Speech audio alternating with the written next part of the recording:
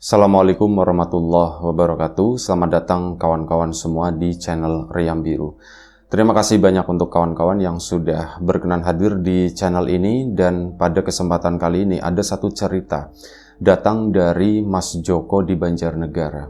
Mas Joko menceritakan tentang cerita horor atau pengalaman horor yang pernah dialami oleh bapaknya. Namanya Pak Mulyono.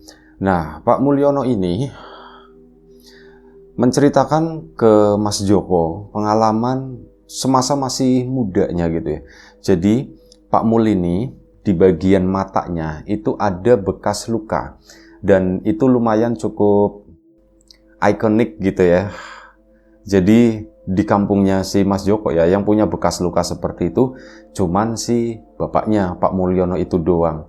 Nah itu kan menimbulkan tanda tanya bagi anak-anaknya termasuk Mas Joko tadi yang akhirnya pada suatu hari itu nanyain, "Pak, luka itu Bapak kenapa sih Pak dulu kok bisa sampai punya luka seperti itu?" Dan sebelum kita lebih jauh ke dalam cerita, mohon izin mau promo bawang gorengnya Wiji terlebih dahulu. Bawang goreng renyah, bawang goreng kualitas premium, tanpa campuran apapun, tanpa tepung, tanpa singkong, tanpa apapun itu ya yang biasa buat campuran bawang goreng. Benar-benar bawang goreng murni, renyah tentunya. Dan kemarin untuk kawan-kawan yang sudah sempat memesan, terima kasih banyak atas pesanannya. Untuk kawan-kawan yang mungkin belum atau udah lama nggak memesan, ya ditunggu pesanannya. Dan terima kasih untuk kawan-kawan yang sudah berkenan mampir di channel Lapak Horor juga terima kasih banyak. Sekarang kita lanjut lagi cerita dari Mas Joko atau pengalaman bapaknya yaitu Pak Mulyono tadi. Nah, ditanya seperti itu bapaknya itu cuma ketawa. "Lah, itu cerita masa lalu," katanya begitu kata si bapak. "Ya Pak, cerita masa lalu pasti ada ceritanya bagaimana gitu kan." Dan sebenarnya Mas Joko itu udah pernah dengar mengenai pengalaman bapaknya ini dari tetangga-tetangganya atau apa gitu ya. Cuman belum spesifik banget, belum detail ceritanya itu yang sebenar-benarnya itu seperti apa. Sampai ya setelah ditanya begitu sama Mas Joko pada suatu malam sama adiknya juga waktu itu, nanyanya tahun berapa yang enggak tahu, nggak diceritakan ya. Cuman bapak itu kilas balik. Jadi sewaktu masih muda dulu, sewaktu usianya itu masih belasan tahun, belum menikah sama ibunya Mas Joko. Jadi bapak itu, ya ini kejadiannya mundur ke belakang ya, di tahun 80-an. Nah di tahun 80-an itu, listrik itu masih gelap, belum masuk kampungnya Mas Joko di situ. Dan kebiasaan warga ya, kalau malam mereka kalau nggak berada di dalam rumah ya mereka ngumpul di tempat siapa. Jadi pada waktu itu ada satu rumah di mana di situ tuh ada sebuah warung. Ya warung yang beneran warung begitu ya, bukan cuman pakai gubuk kayak gitu enggak, tapi bangunan memang dari tembok. Nah di tepat di sebelah warung itu rumah dari si pemilik warung ya mungkin pengen ngeramein ya. Warungnya itu bukan warung makan tapi warung kalau sekarang ya warung sembako gitu ya. Apapun itu ada, terutama yang berhubungan dengan makanan. Bahkan apa ya kayak toko kelontong kali ya atau apa. Ini barang-barang ya kayak korek yang aneh-aneh, baterai, terus bolam kayak gitu semuanya ada di situ. Dan ini Pak Mulyono masih muda waktu itu. Namanya anak muda gitu kan, gak betah lah kalau misal di rumah. Dan Pak Mulyono memang ya meskipun rumahnya itu gak terlalu dekat, lumayan cukup jauh, dan waktu itu harus nyebrangin sungai kecil ya malam hari. Tapi karena Pak Mul sendiri itu udah terbiasa ya hal itu jadi kayak aktivitas sehari-hari lah. Pak Mulyono misal dia tuh ke musola dulu misalkan. Nah, nanti dari musola ketemu sama teman-temannya. Nanti biasa ngobrol-ngobrol. Nah, mampir di rumah tersebut. Karena apa? Di rumah yang ada warungnya itu rame pasti. Kalau malam itu ada beberapa ya orang datang pasti pakai obor waktu itu ya. Kalau yang agak modernnya pakai bawa senter. Itu malam-malam beli pisang raja buat anak bayinya atau apa kayak gitu. Rame di sana, si tuan rumah menyediakan karambol. Kawan-kawan tahu ya, karambol yang tak gitu, yang disentil gitu. Terus nanti buah-buahnya itu muter-muter gitu, mantul. Mungkin yang kelahiran tahun 2000 jarang kali melihat karambol, tapi ya mungkin kelahiran 80, 90 itu masih banyaklah dimainkan gitu. Nah, itulah ada karambol di sana, otomatis rame di situ. Oh, enak, mana latarnya ini, apa bagian terasnya itu deket sama jalan, terus bagian terasnya itu bersih di sana gitu ya. Bener-bener tempat yang nyaman, ideal untuk nongkrong. Udah gitu deket warung lagi. Ya Pak Mulyono nggak bawa uang banyak, kalaupun bawa itu ya buat beli apa gitulah, buat pantas-pantas di situ ya. Dan tuan rumah itu suka gratis nyediain minum juga di sana. Ya makanya enak, rame lah di situ kan. Pak Mulyono ketagihan main di tempat tersebut sampai beberapa bulan lah. Ya mungkin nggak full setiap hari nggak, tapi kemungkinan 5 hari dalam 1 minggu Pak Mulyono itu di situ. Nongkrong di sana, nanti pulang-pulang jam 10 atau jam 11 malam kayak gitu, nanti pulang. Nah, pada waktu itu ceritanya Pak Mulyono itu siang harinya habis dikasih tugas sama bapaknya, Mul, pindahin itu batu bata yang di sana, pindahin ke situ. Soalnya di sana tuh mau dipakai buat sesuatu gitulah. Akhirnya dilakukan sama si Mas Mulyono atau Pak Mulyono tadi ya. Dipindahin batu bata itu ya sama bapaknya.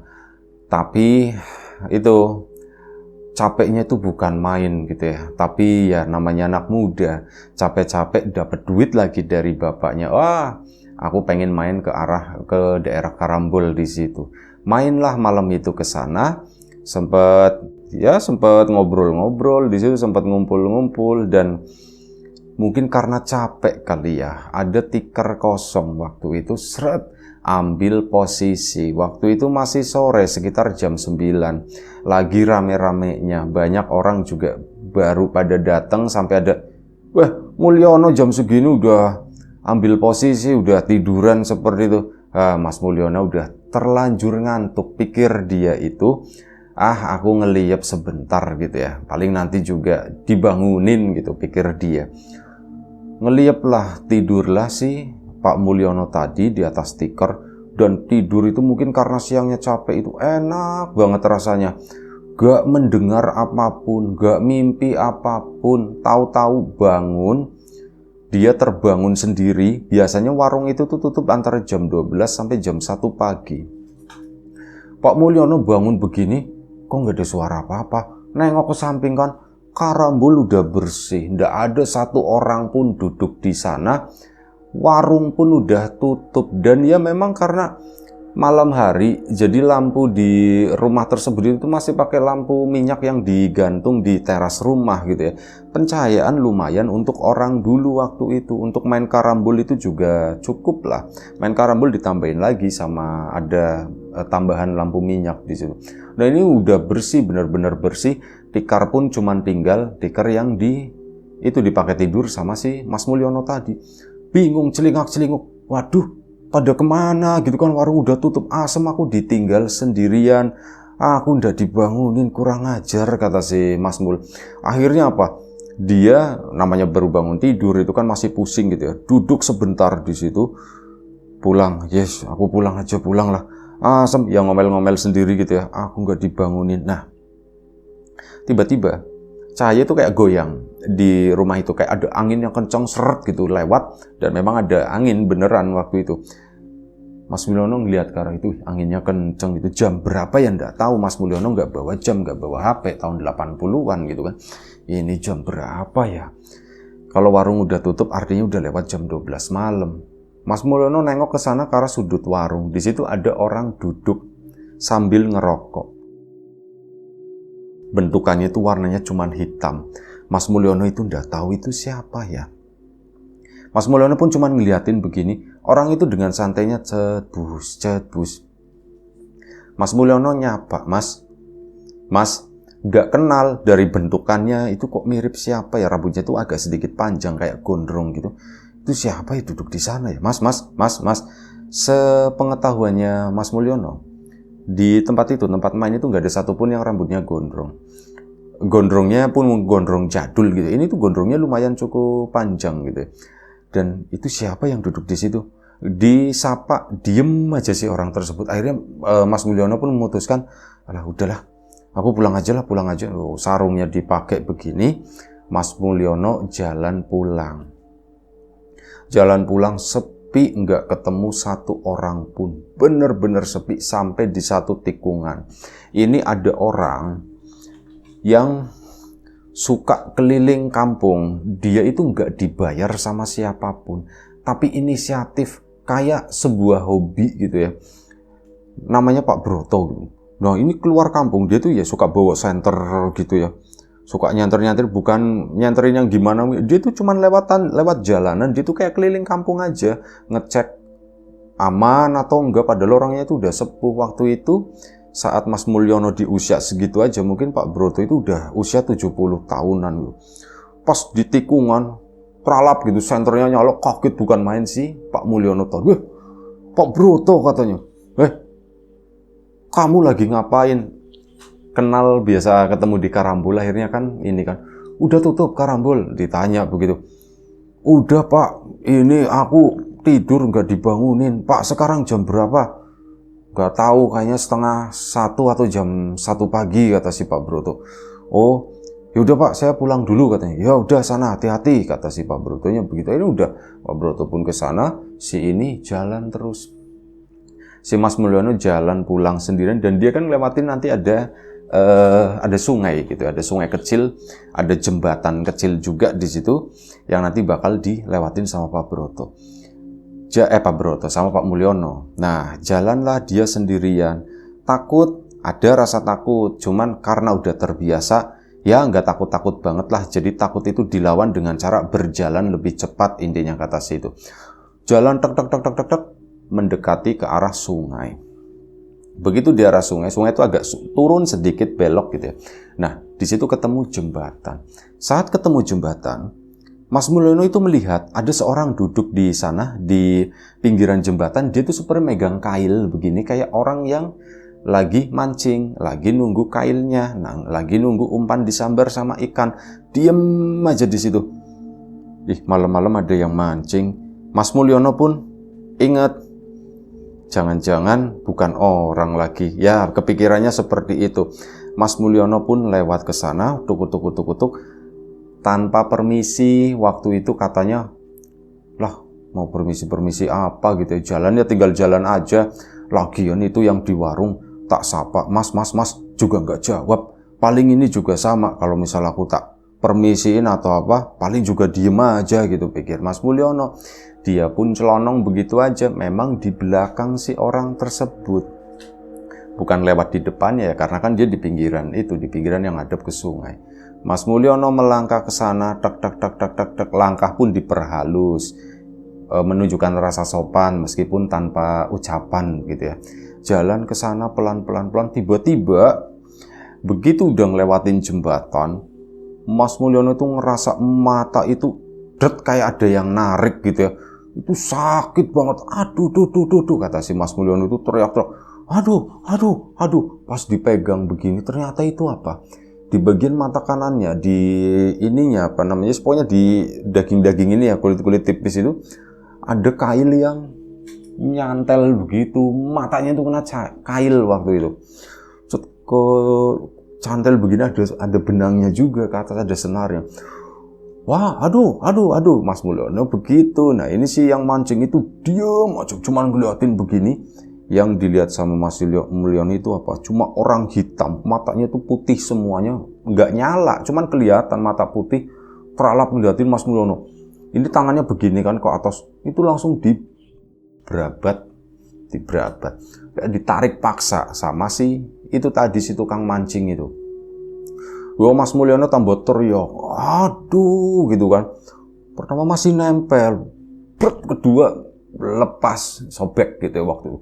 Wow, udah darah ngicir begitu, dan si orang itu tiba-tiba cemplung bler jatuh ke sungai di sana. Dan begitu jatuh ke sungai, coba itu kayak berenang cepet banget, tapi bukan berenang kayak bebas kayak itu tuh enggak, tapi kayak cuma begitu doang, kayak berenangnya gaya apa ya? Ya pokoknya yang begitulah, gaya ular mungkin ya. ular tapi begini ya. Nah itu seperti itu, ke sana menuju ya ke tengah sungai terus menjauh lah intinya. Mas Mulyono dipegangin begini nggak kelihatan, cuman dari baunya itu ada bau besinya. Aduh darah ini gitu kan, darah, mataku berdarah. Aduh ke sana. Sudah banyak banget kata si Mas Mulyono tadi. Pulanglah dia, sampailah di rumah. Begitu sampai di rumah geger gitu waktu itu. Pak, teriak-teriak. Biasanya pintu masuk aja, rumah gubuk, rumah kecil ya. Masuk aja, pintu nggak dikunci juga. Nah, itu teriak-teriak, buka pintu, Pak, Bu. Dipanggil-panggil semua ya, bapak sama ibunya bangun. Ya kayak gitulah kondisinya itu, berdarah semua dan di matanya si Mas Mulyono itu mengalami sobek itu tadi. Ya malam itu bapak sibuk nyari bekicot waktu itu ya. Ya dulu pengobatan itu pengobatan tradisional. Pertama dicuci, dibersihkan, tunggu sampai darahnya itu agak terlalu secepat tadi ya. Darah pun mungkin udah agak sedikit membeku, yaitu tadi nggak tau lah, pokoknya pakai bekicot, diobatin. Begitu diobatin malam itu ya pegel, yang jelas masih kerasa ndak enak lah. Sampai akhirnya ya ditanya-tanya sama bapaknya, Mul, apa yang terjadi? Ditanya begitu kan. Wah, aku nggak tahu Pak, mataku itu nggak tahu Pak, kena pancing setan, katanya itu seperti itu. Pancing setan gimana? Di jembatan Pak, tadi ada orang duduk, orang lagi mancing sepertinya ya mungkin lempar begini kali pas serat. Nyangkut di sini Pak. Jadi kamu kenapa nggak dimarahin atau apa sih orang itu? Orang nyemplung ke kali ke situ Pak ya, kayak buak ke sana Pak, kayak bukan orang, kata si Mas Mulyono begitu. Ya wis lah, kata bapak begitu kan. Yus kamu sabar aja, nanti nunggu sembuh sendiri. Dan akhirnya begitulah Mas Mulyono ya malam hari itu susah tidur. Keesokan paginya itu demam sekitar 2 hari, ya nggak diapa-apain gitu ya, cuman dengan pengobatan tradisional begitu aja. Alhamdulillah Mas Mulyono itu sembuh dengan sendirinya. Nah udah mulai sehat ya, cerita Mas Mulyono itu kan nyebar, ibunya cerita, oh si Mulyono semalam matanya habis kena pancing setan, katanya begitu. Ya warga pada nengokin ke situ kan, Mul kenapa Mul? Cuman mau denger ceritanya Mas Mul doang. Capek ceritain terus, waktu itu mana lagi demam lagi. Diceritain begini, pokoknya kayak gitu ya, sampai akhirnya udah selesai. Beberapa waktu kemudian, mungkin sekitar hampir 2 minggu, akhirnya matanya Mas Mulyono pun udah mulai sembuh gitu ya. Udah penglihatan normal, cuman itu tadi kulitnya itu ada yang robek dan itu membekas sampai Pak Mulyono itu ya tua, sampai Mas Joko akhirnya nanyain itu tuh ada kisah apa sih Pak di mata itu. Nah, ceritanya nggak berhenti sampai di sana. Sekitar 2 minggu setelah mata Mas Mulyono sembuh, dia kan mulai beraktivitas malam lagi waktu itu. Ya karena kangen sama orang-orang di Karambul. Nggak tahu orang-orang di situ tuh denger ceritaku nyebar sampai sana atau enggak gitu ya. Akhirnya apa? Keluarlah, mulai hidup normal gitu ya, seperti sebelumnya. Mas Mulyono keluar malam ke situ dan dia langsung disambut, Mul, dari mana aja? Kenapa nggak pernah kelihatan gitu kan? Ada orang-orang yang memang nggak tahu ternyata Mas Mulyono mengalami kejadian tersebut. Ya Mas Mulyono pun cerita, aku waktu itu jadi begini Mul. Nah ada yang nerangin, waktu itu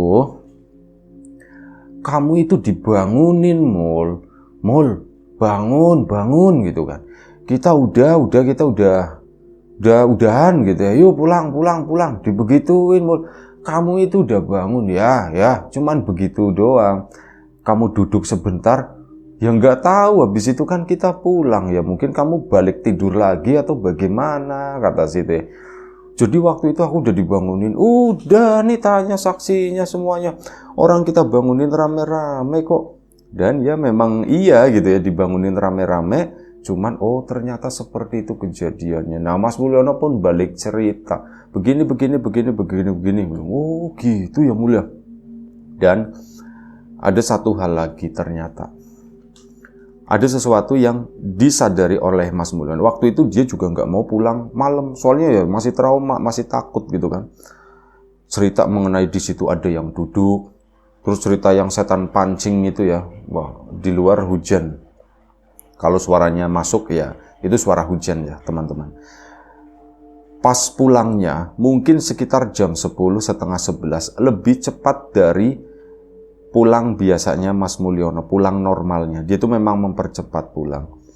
Nah, di sana, saat Mas Mulyono keluar dari rumah tersebut, mulai berjalan ke sana sendirian kan, pakai sarung seperti ini karena malam dingin. Disitulah Mas Mulyono mulai melihat ada sesuatu yang aneh. Kok malam ini jalanan agak sedikit rame ya, tapi yang bikin aneh itu apa? Nggak jelas, kata Mas Mulyono. Kok aneh ya gitu ya. Ada beberapa orang, ada yang berdiri, ada yang sambil berjalan searah sama Mas Mulyono ke sana. Ini orang itu siapa? Mereka itu lagi ngapain? Dan matanya Mas Mulyono itu aneh sampai akhirnya apa? Dia nyobain gitu kan, kanan kiri dibuka tutup seperti itu. Ternyata yang melihat sosok itu cuman mata kanannya, mata yang ada luka itu tadi. Loh, ini ada, giliran ganti mata kiri, loh kok ndak ada, kayak gitu kan, pantesan blabur gitu. Wah, ini apa ya gitu. Mas Mulyono pun mulai buka pakai mata kanan ya yang bisa melihat. Nah, itu buka mata kanannya itu buat ngawasin gitu kan. Ternyata yaitu tadi. Mas Mulyono yakin itu tuh bukan orang gitu. Bentuknya tuh aneh-aneh. Memang badannya tuh mirip kayak orang, tapi macam-macam. Ada yang rambutnya panjang, ada yang kepalanya botak, warnanya hitam, ada yang abu-abu, macam-macam. Kata Mas Mulyono itu serem-serem banget. Bahkan yang jalan ke sana itu pun aneh. Cara jalannya itu begitu. Mohon maaf, kayak orang cacat, kata si Mas Mulyono itu. Rame ya di jalan, memang nggak rame banget, tapi sepanjang perjalanan itu Mas Mulyono mungkin bisa melihat antara 5-7 sosok tersebut, termasuk di kali. Yang di kali itu ada yang lagi duduk megang pancingan. Loh, ini setan yang itu gitu, pikirnya Mas Mulyono. Akhirnya apa? Permisi, mulai sopan gitu ya, permisi. Cuman jawab begitu doang, begitu doang. Mas Mulyono pun lewat ke sana 2 kali ini tuh lari, bener-bener lari. Dan ya sepanjang perjalanan itu dia melihat sosok-sosok yang lain yang aneh-aneh itu. Pulang ke rumah geger lagi, teriak-teriak lagi, "Pak, Bu, apa sih mul udah pada tidur begini?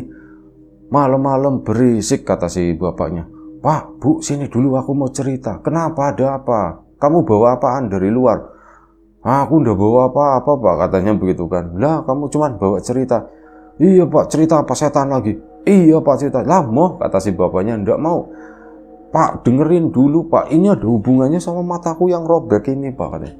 "Emang kenapa?" Bapak mulai penasaran. "Aneh, Pak, aku lagi di jalan, Pak. Itu melihat ada orang-orang aneh, ada orang-orang serem, Pak. Itu kayaknya setan. Cuman aku bisa ngelihatnya cuman pakai mata kanan, Pak. Pas tak begini mata kiri tak buka, aku nggak ngelihat. Giliran pakai mata kanan, itu kelihatan pas setannya, Pak." Bapaknya pun, "Masa gitu, Mul?" "Beneran, Pak." Nah, lagi ngomong seperti itu, Mas Mulyono ngelihat di ujung rumahnya itu, di belakang, dia tuh melihat ada sosok hitam, cuman kayak bayangan begitu doang ya. Ini tuh tangannya lagi begini, satu tangan di atas, satu tangan di bawah, itu ya kayak bayangan. Mepet ke tembok yang sebelah kiri. Itu rumahnya rumah gubuk. Pokoknya tembok itu anggap aja anyaman bambu begitu. Nah, itu mepet di sebelah kiri, menghadap ke arah pintu. Mas Mulyono diem aja dilihatin. Sosok itu tuh bergerak serep, kayak seolah-olah masuk ke dalam pintu, ke sana ke belakang, keluar. "Pak, beneran, Pak. Mata kananku bisa lihat setan, Pak." "Ya sudah kalau kayak gitu, tidur sana," kata si bapak. Mas Mulyono pun akhirnya tidur, masuk ke dalam kamar. Cuman giliran melek begini, dia melihat ada sesuatu yang merayap di atas, di bawah genteng, di antara kayu-kayu itu. Digini-gini lagi, yang melihat memang cuman mata kanan. Dan akhirnya tidur. Akhirnya Mas Mulyono pun tidur, dan mau ndak mau dia itu harus membiasakan diri dengan kondisi yang semacam itu. Sudah datang ke beberapa orang, minta bantuan supaya matanya itu ditutup yang seperti itu gitu ya. Karena cuma satu doang, tapi nggak ada yang bisa. Alasannya kata Mas Mulyono, itu bilangnya, Mul, karena matamu cuma satu yang lihat, Mul. Aku nggak bisa nutupnya. Loh emang kenapa? Kalau dua aku bisa, cuman kalau cuma mata satu, apalagi ada bekasnya begitu, aku nggak bisa, Mul. Pada alasannya kurang lebih seperti itu. Memang nggak ada yang berhasil nutup, dan hal itu juga akhirnya diketahui sama Mas Joko. Oh ternyata Bapak itu mata kanannya itu agak sedikit aneh. Tapi karena udah puluhan tahun ya akhirnya terbiasa dengan hal tersebut ya. Bapak pun ya begitulah Jok. Bapak itu kadang bisa melihat tapi cuma satu mata doang. Mata yang satunya itu enggak. Kadang begitu Bapak buat memastikan ini tuh orang atau bukan, Bapak tuh suka begini-begini. Nah itu juga jadi ikon dari Pak Mulyono itu. Kebiasaannya itu cuma sering begini ya, buka mata kanan kiri. Itu sebenarnya bukan refleks atau apa, tapi itu kebiasaan. Dan itu ada tujuannya. Nah makanya ya ada julukan lah, Pak Mulyono itu dengan kondisi matanya tersebut, ada julukan tapi tidak usah disebutkan di sini ya. Itu dikenal sama orang-orang dengan itu, julukan itu tadi. Ya, sampai sekarang kondisi itu masih nempel di bapaknya Mas Joko. Dan ya menurut Mas Joko, cerita ini tuh menarik gitu ya. Menarik untuk dibagikan juga. Ya karena hal ini berhubungan dengan bapaknya gitu, kisah bapaknya. Ya itu aja satu cerita dari Mas Joko di Banjarnegara sana. Terima kasih banyak Mas Joko atas ceritanya. Kawan-kawan di rumah juga terima kasih banyak atas support dan dukungannya, apapun itu, kawan-kawan subscriber, kawan-kawan membership, kawan-kawan yang udah kasih support dalam bentuk super thanks ke Riam Biru, terima kasih banyak. Kawan-kawan yang udah ngasih like, udah nge-share ke yang lainnya, kawan-kawan yang udah ninggalin komentar juga terima kasih banyak. Kawan-kawan yang sudah memesan bawang gorengnya Wiji, tentu saja tak lupa terima kasih banyak. Dan ya, yang sudah mampir di channel Lapak Horor juga tentu saja tak dilupakan. Terima kasih banyak. Doa terbaik dari kami untuk kawan-kawan semua. Semoga selalu diberi kemudahan dalam hal apapun, termasuk kemudahan dalam hal rizki. Yang sakit segera diberi kesembuhan, yang sehat tetap dijaga kesehatannya. Baik, sampai jumpa di episode selanjutnya Riam Biru. Jaga kesehatan kawan-kawan semua. Assalamualaikum warahmatullahi wabarakatuh.